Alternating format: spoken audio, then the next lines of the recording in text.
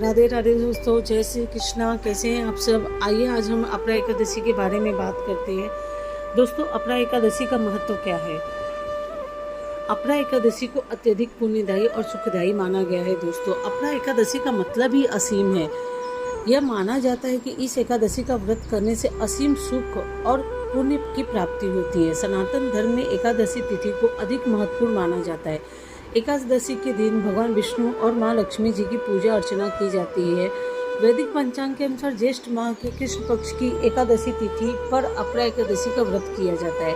इस दिन अन्न दान और का दान करने से बहुत ही फलदायी होता है। दोस्तों, धार्मिक मान्यता के अनुसार अपरा एकादशी व्रत और दान करने से सुख समृद्धि और वृद्धि होती है, साथ ही शुभ फल भी प्राप्त होता है। आइए ऐसे में हम जानते हैं कि अपरा एकादशी कब मनाया जाता है, शुभ मुहूर्त और पूजा विधि के बारे में। अपरा एकादशी दोस्तों 23 मई शुक्रवार 2025 को है।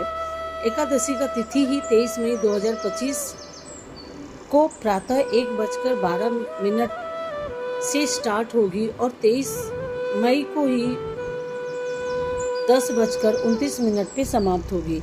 पारण का समय दोस्तों, व्रत तोड़ने का समय 24 मई 2025 को सुबह प्रातः 5:26 से शुरू होकर 8:11 तक ही रहेगी।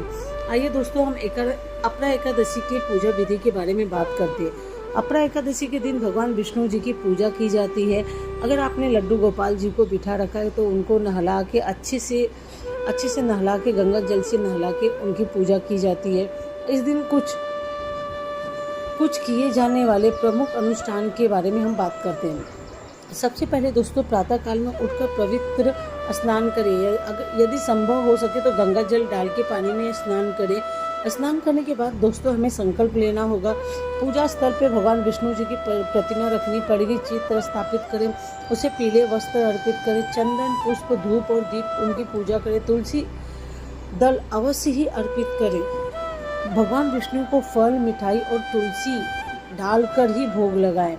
और उस दिन दोस्तों ओम नमो भगवते वासुदेवाय का मंत्र करने से बहुत ही फल मिलता है। हो सके तो दोस्तों विष्णु सहस्त्र नाम का भी पाठ करना बहुत ही फलदायी होता है। अगर हो सके तो वो भी आप करें।